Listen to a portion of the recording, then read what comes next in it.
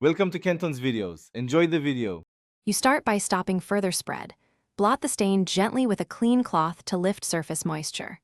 Once done, mix 1 teaspoon mild detergent with 1 cup warm water in a spray bottle.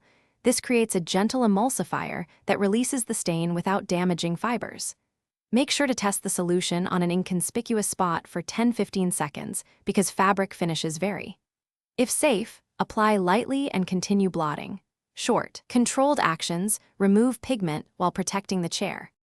You now tackle the core of the stain. Spray a small amount onto the mark, working from the edges inward so you don't enlarge it. Then, using a soft brush or toothbrush, agitate gently to loosen trapped particles. This mechanical action helps the detergent penetrate. Make sure to blot up loosened residue with a damp towel between passes. Repeat the apply-agitate-blot cycle 2-3 times as needed. If color lifts, switch to plain water to rinse detergent traces, then blot until only faint dampness. You finish by removing as much moisture as possible. Press a dry towel over the area, then use a fan or hair dryer on low from about 6-12 inches away to speed drying and prevent mildew.